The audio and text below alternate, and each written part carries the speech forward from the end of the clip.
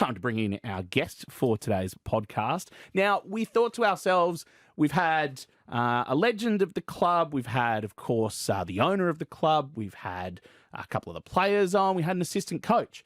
Yeah. Let's move to someone who brings amazing energy to a game day or game night for the Perth Wildcats. This is a guy who is front and centre at a Perth Wildcats game and in the past Perth Lynx games as well. Fair to say, very energetic. And he is amazing. We're talking about the guy that every other fan around Australia hates, but we love to bits. Neil Barnard, welcome to the Perth Wildcast. Oh, thank you for having me there. Thank you for the kind words as well. That's fantastic. Thank you. It's nice when you get hated by every other team, isn't it? Oh, it's fantastic. You got to be the villain sometimes. Yeah. Because that's sort of part of your job. For sure. Yeah. You got to hype up your own team, not the others. Yeah, for sure. So how did you first get into doing this sort of thing? Well, I've been doing the court announcing with the Joondalup Wolves in the NBL 1 West for 15 years now. So I started there and I used to referee there growing up as a kid. So they kind of knew I like to muck around with a microphone and be a bit of an idiot, be a bit silly. So they asked me if I wanted to do the NBL 1 games and it all kind of started from there. Yeah. I've been doing that for a long time now. Still with them. Go the Wolfpack. The Wolfpack. So apart from my sister, you're definitely one of my favourite MCs. The energy you bring is actually phenomenal. I'm always like, yeah, let's go. You actually pump me up. But yeah, the common question among the fans is how you get the energy to jump around like you do during the game for so long. I mean, I'm not a fit person by any means, so I don't know where that comes from. I'm pretty quiet during the week, so I guess I kind of save up the energy during the week to just let it all explode out on a game night. I've been a fan since I was a kid, so it's a combination of being a fan for 35 years, I'd say. It's the adrenaline of the game, the night, the moments, and one Red Bull. Oh, yeah. Okay, I was about to ask, do you drink Red Bull or coffee or something? I mean, I have my coffee in the morning, love my machine, but yeah. I was going to say, some would be surprised it's only one. Just the one. Yeah, you would think it's got to be at least 3 or 4, right? Yeah. Just throughout the game. As a player, how much do you notice Neil game nights? It's a little different. Yeah. So like during warm-ups, you kind of notice that outside, I'd say it's outside noise. It's not really on the court. Yeah. You notice it a little more, especially when they're doing like the intros and stuff like that. On the bench, you definitely notice it more. I think it helps. I mean, you get people energized. Their energy leads to our energy, and then that leads to the buckets and stops, which has been good. When you're playing though, you don't really think you kind of just don't notice any. Yeah, you don't hear anything. I feel like everything zones out. That's the same for any. I feel like any pro or collegiate athlete. It's like once you're on the field or court, you're locked in. You don't really hear anything outside of maybe specific people. Like myself, I always heard my dad when I played. That was it. Yeah. I don't notice anything else, but I could pick out my dad's voice from any game. But yeah, I feel like for most people, you don't really notice anything. Yeah, that's fair. What was your playing career? Oh, definitely not playing at any kind of high level. It was just sort of in the local domestic leagues at Joondalup. So it wasn't anything, just playing with mates and stuff like that. Yeah, I was in Joondalup there for a long time, yeah. I haven't been playing for like 15 years either. So yeah, just with mates and stuff. What was your position? Wherever. Point forward. I don't know. I used to be able to handle the ball. Okay, I can spin the ball on my finger. Oh, It's nice. not much use during a game, but once I got a bit taller, I had to sort of... It's a cool party trick, though. Oh, yeah, it's great. Yeah. You could be Love like, doing that. whoa, Yeah. jokes. Yeah, spin it on your finger now. It goes even faster. Yeah.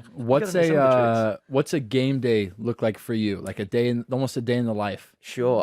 So I cook myself steak and veggies before the game. We kind of get there sort of early to mid afternoon to do all the preparations, go through the scripting, familiarize myself with that when we get to the arena. There might be some rehearsals that need to happen for some of the activations during the game. Yeah, we just have like meetings to prepare and, in the lead up to the game, I'll start doing some warm-ups and some yelling and screaming to get my voice ready to go and, drink some tea, drink some water, just get all hyped, get in the zone. Yeah. Did you ever lose your voice doing it? Like really bad? Not really bad, luckily. A lot of people ask that as well. That's crazy. So, I would imagine. It's cracked when I've gone into like a mega hype speech or something like that, a big rev up speech, like at 3/4 time. Quite often it'll crack there. But like after the game and the next day, it hurts a little bit, but it's not too bad, luckily. So not as bad as you'd think it would be. Yeah. It's pretty impressive. I don't know how. I don't know. I'm very lucky with that. Yeah. Gifted. I can imagine the voice cracks could be a little embarrassing sometimes. It is absolutely. I'm like, oh man. So then I got to like, instead of cracking, I've got to bring it back down a little bit lower until it gets back to my regular voice. Yeah, it's embarrassing. Let's crack up. Do you have a pre-game warm-up routine that you do? Yeah, so a little bit older, still unfit. So I do need to go for a bit of a run behind the staging Yeah. or everything like that in the Yeah. arena. Try not to knock down any of the arena stuff that are wandering around back there. I sort of do a bit of running up and down, and definitely need to do some stretching. I've also, to get the voice ready, I'll duck down behind DJ Scooby behind the production desk, and I'll just start yelling and screaming. You might just start screaming, "Enter Sandman." I might start, just yell out, "Everything's okay. I'm just warming up my voice," just to make sure everybody knows what's going on and there's not a crazy person Just in the screaming in vicinity. the corner, yeah. And just Oh, yeah. So have things you- like that. Yeah. Yeah, okay. Have you ever suffered an injury in a game from not warming up or just super high jump or? I mean, thankfully, no. Yeah, Touch wood. nice. Pull a hammy or bound to- something? No, I'm thankfully it hasn't happened yet, but surely it's going to happen someday. Touch wood. but Nah, keep warming up. You'll be the fine. stretching, I've Imagine got your to do the MC stretching. walking around in crutches or something like that in a wheelchair. One crotch in the air. Let's go. I'll be throwing the crutch up in the air behind the free Yeah. throws to put the other team off. I I'll be was about to making it say, work. Yeah, you would make it work. You would make it work. I'm assuming at some point though you had to have been like at home for like emceeing the championship game when we went at home or something like that for the grand final. I'm assuming at some point because you said you've been here a while. Yeah. Is there a favorite game you've ever been involved with, like one that's the most memorable? There's probably two that come to mind, but the one that I was there for the deciding championship win was back in 2014, Game 3 of the grand finals.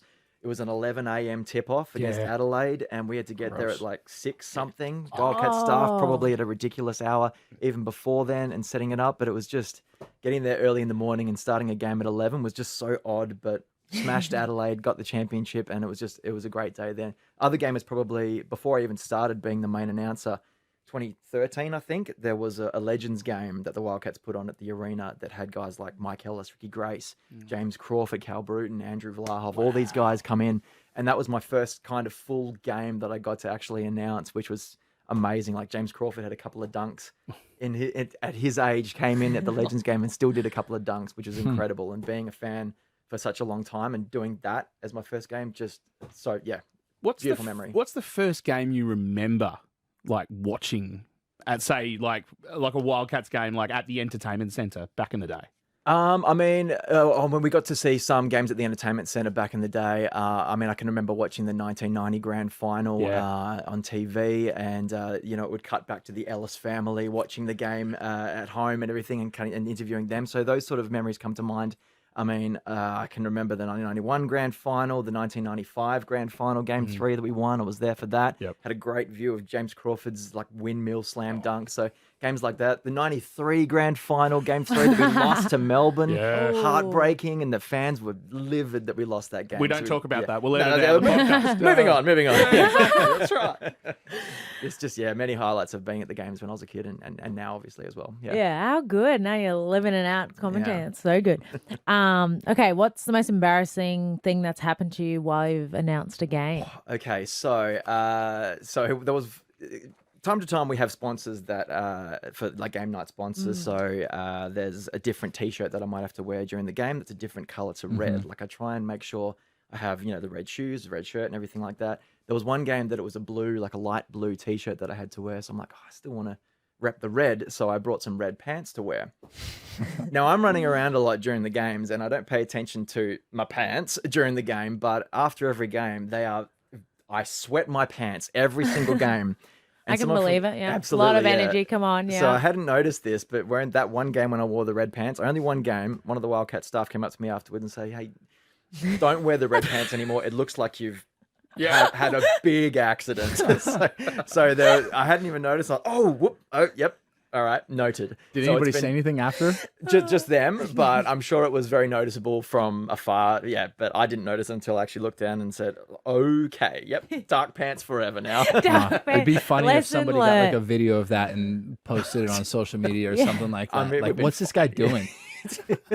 but every game I look down at the black pants and it's just sweat. It's just So it happens every game anyway. But always with the black pants now. Oh, crack up. So I didn't actually know this. I thought this was your only job, to be quite honest. Oh, right, But, yep. Yeah, same. apparently We're you got a very day job.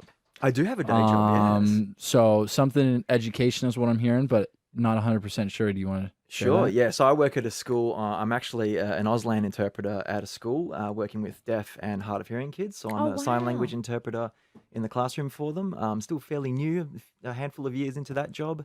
Yeah, it's a beautiful language. I love that as a job. It's very tiring on the brain. Have fantastic colleagues who I look up to, and just they're amazing to work with and very helpful. But yeah, so that's my actual job. So I've got one job Whoa, where I yeah. don't say a great deal at the school, and one job where I'm yelling and screaming my lungs out. Yeah, wow. So it's a good balance. That is. Evens out. How did you get into that field? I mean, it just came up as an idea about 10 years ago to start studying that. And my cousin and his partner, Auslan interpreters, were in the past as well. And so it's, that's actually really fascinating. I might do a practice, like a beginner's course, and see if I enjoy it. I did like a basics 8-week course, and I'm like, yeah, I'm studying this. This is great. Like, I don't have any deaf or hard of hearing folks in my family. There's none of that. Yeah, a bit of an anomaly with that, because there's a lot of the interpreters that come along have some sort of connection to the deaf community, and I don't particularly do really, but that came up as an idea, and I love this. I'm studying this properly. Yeah, and I went through and did the whole course, and now I'm working at a school doing it. Yeah. It's a wow. brilliant thing to have in your back pocket. Yeah. Sign language. Yeah. It's one of those things I've always thought every school should have it taught, Absolutely. Yeah. because you never know when you're in a situation where you come up with to someone who is hard of hearing, For sure. and Yeah, that can be so helpful. Yeah, absolutely. I mean, even amongst hearing people, like if you're in a loud room, or if my sister's come to a bunch of games in the past, and she knows some sign language too. So she's been sitting up the back, and we've been having a conversation when I'm on the court during a break, and we're just talking to each other. My cousin's come to some games lately too. He knows, so we'll just have little chats. Oh, that's great. It's just That's so things like good. that. But yes, obviously coming across any deaf or hard of hearing in the community, it's just great to know some basics, alphabet, greetings, anything like that. It's beautiful. Definitely Nice good if to you learn. end up in a quiet place movie as well. Yeah, Yeah. you would actually survive. Yes, for actually. sure. That's one of Yeah. the things that came to mind, actually. Yeah. I didn't think about you talking to regular people. I was like, how are you going to use this to survive the apocalypse? Yep. Yeah. Absolutely. You would survive. works. They taught it at my high school, though. Yeah. Oh, that's I good. decided That's to do really good. Spanish. I really regret that. I don't know Yeah. any Spanish. 6 years of it. Uh, Nothing. Yeah. See. So I wish I did sign language as well. Yeah. I got the Neela just basic coming 3 in years with in high C. school, 3 years in college. Uno. and learned nothing. It was worthless to me. Yeah, damn it. Well, still time. Yeah. Hola, senor. Yeah, do Duolingo. That's what I do. I learned French at college, and I was really good, and then haven't spoken it for A lot like of 2 Americans years. were and having I've to forgotten. learn Mandarin because of the TikTok ban. Oh, but it's back. Did you see Yeah, that? it got banned for 12 Yeah. hours. But Mine all got- the Americans were learning Mandarin because they were going to like a Chinese or Mandarin Oh, app that was called Red Note, similar to TikTok. Right. So all the Americans were learning Mandarin so they could read what was going on. Oh, that's cracker. Like Mine- Duolingo's Mandarin went up by like 15%. Wow. Imagine. Yeah, that's crazy. So that's fun fact for you. Good Wow. on them. Good. Yeah. I don't know. Yeah. No, I was expecting this conversation. Yeah, Yeah, wow. yeah, yeah. Do But you there you go go. crazy? See, we're not just a basketball podcast. You kidding me? Yeah, we're doing it all. You are? I don't know. Sure. Who is your personal favorite player? You can do past and present. And then do you think there's a specific one that would be the best for taking your job? Oh gosh. Okay. Well, let's go present company excluded with so I love watching you two play. Good work. Past players, got to go with Ricky Grace and Cal Bruden. Those are my favorite of all time. Current players, obviously, guys like Bryce Cotton and Jesse Wagstaff. For the Lynx, yourself and Yes! Annalie Maley is amazing. The two of you are Yes. just 22 rebounds, did you say the other night? 22. Both of you just hustle so good, and such a good team to watch. You two in particular, just amazing. But I think if I was going to pick someone that could do the job, another one of my favorites, Ty Webster. Yeah, that's what I was thinking. Last season, a couple of times we gave him the mic when he had his "Believe" catchphrase, and he just screamed it into the mic, and I was like, "You take it." Yeah. Wait, what was that? A believe catchphrase? He kept saying "believe" during the season a lot, and a couple of times we gave him the mic at the end of the game, and is that what's the one word that comes to mind? Believe. And it just the crowd got really stuck into it, and so I'd go Ty to be the hype man. Yeah, I agree with that. That's Yeah, pretty good pick. yeah. Okay, so not only are you pretty much every Wildcats game announcer, you're also a Perth Lynx member and have announced for them in the past. How much do you enjoy getting down to a Lynx game? I absolutely love it, and in particular the last few games when they played at the Perth HBC. Yes. Hopefully that's the permanent home going forward Yeah, because I'm with you. being back in there, that's the old Challenge Stadium where the Wildcats used Really to good. play. Yeah. The Oh, wow. nostalgia feels when you walk back into that place. For those of you that went to those games out there back in the day, it's so good to be back there. It's an exciting, entertaining team, the Lynx, to watch. They're right up there, top 2 at the moment. They're on course. They keep getting closer and closer to winning the whole thing. But like, I encourage all the Perth Wildcats fans, all the Perth basketball fans, to get out there and support this team because maybe just maybe they're going to win their first championship since what, 1992. Yeah, It's since been that long. 1992. It's been that long. They're one and Only only. one Yeah. banner in the. They're due. Bender? It's gonna happen. Yeah, come on, let's go. How many times have you guys gotten to the finals and lost? Last year, Yeah, grand I knew- final lost. I think. A couple of seasons before that. I Yeah, think. 2 years before that, exact same, like literally. I exact heard same. I heard Kinda the last crazy. grand final is something you guys don't talk about. Oh yeah, but motivation. But yeah, really touchy subjects. I don't ask. In terms of anyone that might be listening and going, you've got such a cool job at the Wildcats, how cool that would be for me to do. How do you start the progress? I would suggest it's, have a chat to your local NBL 1 team.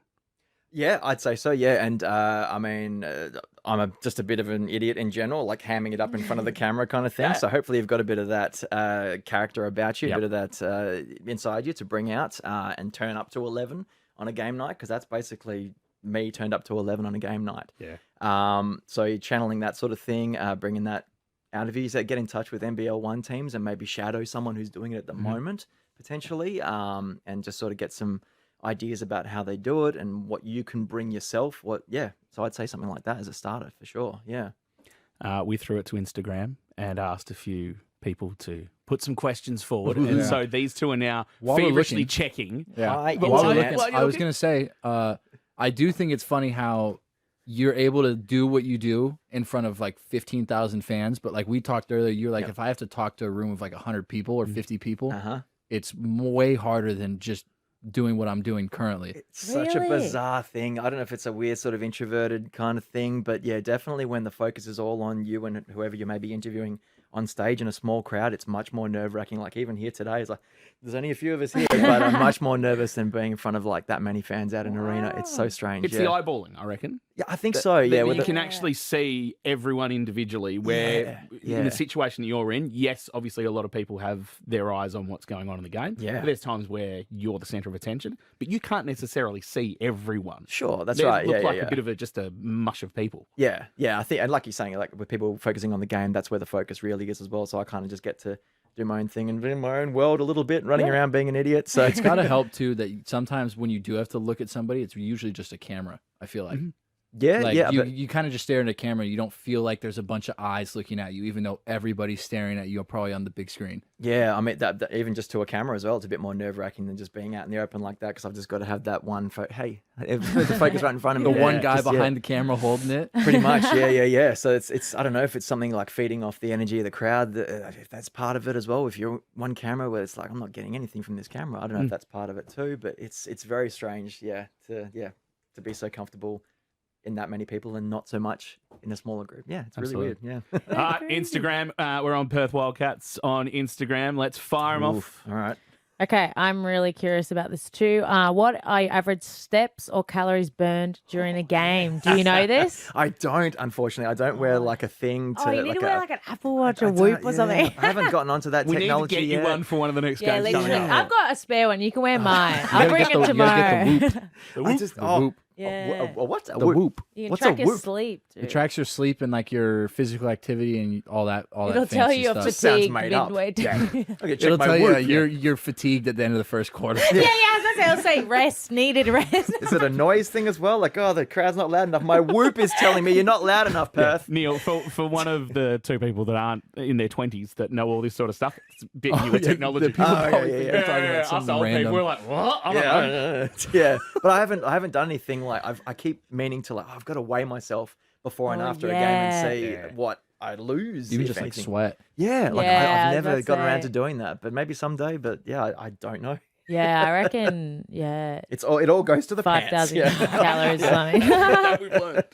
Another one that I thought was pretty good is how do you overcome the challenge of forcing energy in dark parts of the game? Like if we're getting smacked or they're on a run or something like that. I mean, that's the toughest times. Like, there's been times in recent years, sometimes where we might be losing a game, and it's tough to sort of get the crowd hyped. I'm still trying to bring that positive energy. Like, hey, let's come on. We're still getting behind our team no matter what. So I still try and do that. I try not to say, like, oh, if we're down 30 and there's 2 minutes to go, I'm not going to be like, come on, a big comeback. I'm not going to say anything that's out of the realms of possibility, but I just keep trying to encourage the positivity and support of the team no matter what's going on in the court. So yeah, but it is a very tough time when we're getting smashed, or if that's happening. So just keep winning. It doesn't happen very often.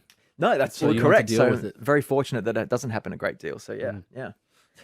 Okay, so not a question, but just wanted to say that you're a legend and you're the best MC in the NBL. You make the game such a vibe. So well Shucks, done. thank Claps you. all around. Thank you, internet person, whoever said that. Thank you. Shout out to you.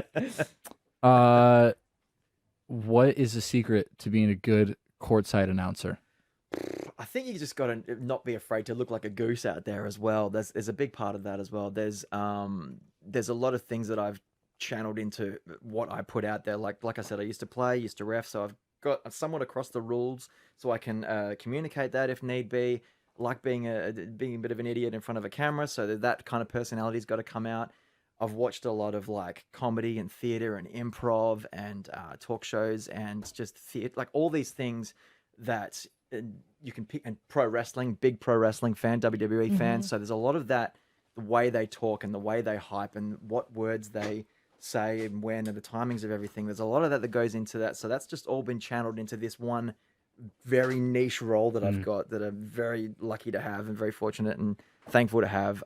So all that life experience and personality, character, whatever, into this one role has just come through. So whatever that looks like for you, channel that in through and become the best court announcer you can be, I guess. Yeah. As someone who's become a big WWE fan the last 2.5 years, I've noticed you're a WWE fan. Don't you worry, you and Scooby, just bringing up, a few little Easter eggs. Angle's theme during the defense chants. I'm like, yes, that's fantastic. And then you're dropping a 316 reference in the last game. Yeah, just little Easter eggs for the wrestling fans out there like yourself. And we throw them in. DJ Scooby does a great job with things like that with the Kurt Angle theme. He's amazing at that. So yeah. Oh God, it's amazing. But anyway.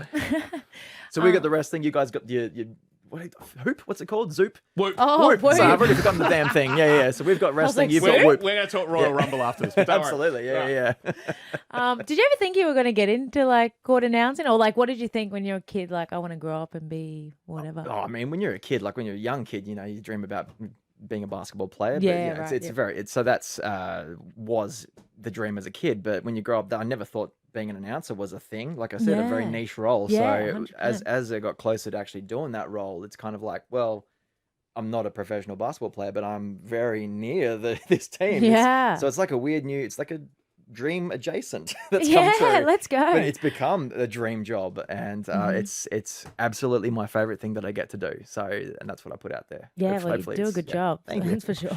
All right, this isn't an Instagram question. This is actually something I'm wondering. Okay. But when we played away games, we've dealt with like the MCs almost talking trash to us during the game. Like you miss a layup, or you give up a 3, or like you get blocked or miss free throws or whatever, and they kind of talk a little bit of trash, like almost talking to the player, but through the mic.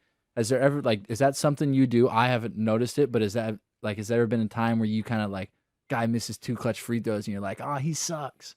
No, I definitely not on mic. Like this, I might say some Just things off off mic stuff, like amongst the crowd, just talking to them a little bit. But it's definitely nothing malicious or anything like that. I'm more just having a bit of a muck around. Like lame trash talk is my deal. Like making myself look sillier by whatever bad joke I've made about the free throws, or like I love heckling people in the free throw line by killing them with kindness. Like, I genuinely like your shoes. Just like they're not expecting that. Like, Yeah, the mind games. That'll get them. yeah, like that'll what, get say, them. I'd much prefer doing something like that than any kind of like giving the other player hassle if they miss a free throw. Because there's been a couple times when we've played away games where they they almost just talk trash to you.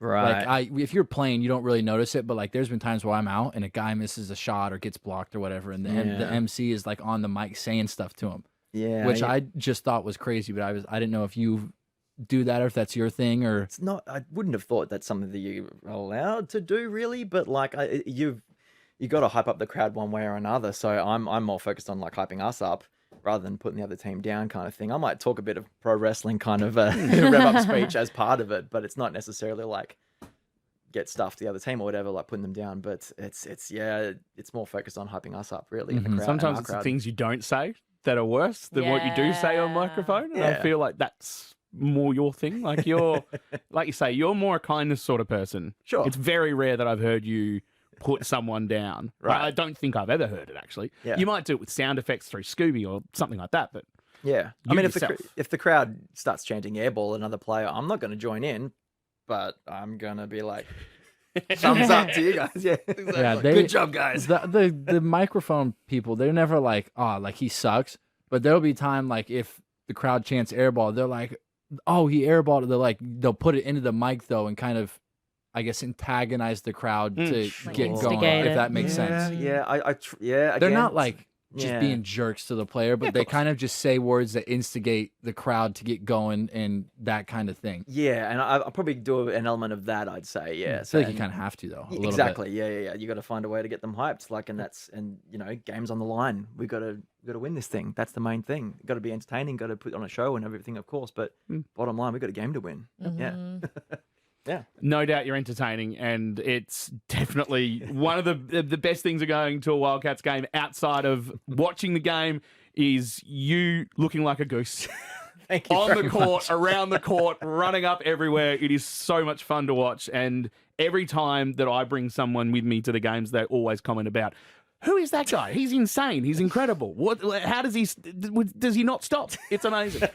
Neil Barnard, thank you so much for joining us on the Perth Wildcast. Absolute treat to get you on and learn a bit more about you. Oh, thank you so much for having me. And again, for the kind words. Thank you very much. Appreciate you guys and appreciate being here. No worries. Neil Barnard joining us on the Wildcast. Great to have him on. Now, before we finish up, as I said, we've got a busy next few days coming up for the Wildcats, but something that got announced just in the last 24 hours in terms of us sort of recording, Wildcats are going to be relocating the training base to Warwick Stadium. That's through a pledge from the WA Labor government. Now, we've talked about this before about training at Bendat and how it is not just you guys who have it, the Lynx and the Wildcats. It is shared amongst everybody. This is something that is going to be a permanent fixture for the Wildcats, for the Lynx, to be underneath high-performance sort of centre. Going forward, that must be an exciting thing to know that's on the horizon. Yeah, I mean, obviously you're excited to be able to have a place to use that you can kind of call, I guess, your own, because Bendat's also a public like basketball center as well. But yeah, I mean, it's exciting. I think the Lynx will be excited to have their own space finally and not have to share. Yeah, gosh, yeah, get out. Not getting I think really that like the staff might be more excited as well, because I know they've had issues scheduling getting into Bendat, and certain times, like on weekends, we can't practice there at all. Yep. And so Warwick is kind of going to be that place where you can get in whenever you need to. If a player wants to just go and shoot by themselves, they can just go in. So yeah, I think that'll be, I mean, nice for the players and nice for the staff to figure out scheduling and all that stuff. Not have to go to 5 different gyms in the same month. Yeah, exactly. And having to go to like primary schools and high schools in order to do training sessions. Like name drop here. I was talking to the owner on Friday night after the game, and he's like, hey, we had to go to our old high school in order to go train one day because Bendat was just not available and there weren't other places to go. I think we've used like 5 or 6 different gyms, at least during this season, just because there's certain times where the places are closed. Yeah. And so that's kind of been a pain when you got to drive to somewhere brand new, practice in a brand new gym, and I mean, it's just a different atmosphere and stuff like that. I think Todd will be excited though. Oh, don't you know it? It's in his own backyard. Yeah, he'll love it. Yeah. He's going to shoot great there every day. Toddles will love it to bits. Mila will love it. Elijah Pepper will love it. It's going to be fantastic. We're looking forward to that happening. Splash! Well, they're splashing out money for it, so I'm happy about that too. Of course, the Wildcats with a couple of big home games on the way, taking on Melbourne United. It's the Wednesday night game. If you're listening to this on the 22nd of January, it's tonight. It's a 6:30 p.m. tip-off. And then Saturday against the Cairns Taipans. Tip-off for that at 5 p.m. The Lynx in action against the Sydney Flames this Saturday. You can watch that on 9 Now. For the Wildcats tickets, go on to wildcats.com.au and get them. Thanks, guys, once again for joining in on the Perth Wildcast. See you again next time. Yeah, see you next time. How good. Yep. Thanks. All right. And, of course, you can get this podcast and all the others that we've done so far through the Listener app. If you don't have it, download it right now. LISTNR.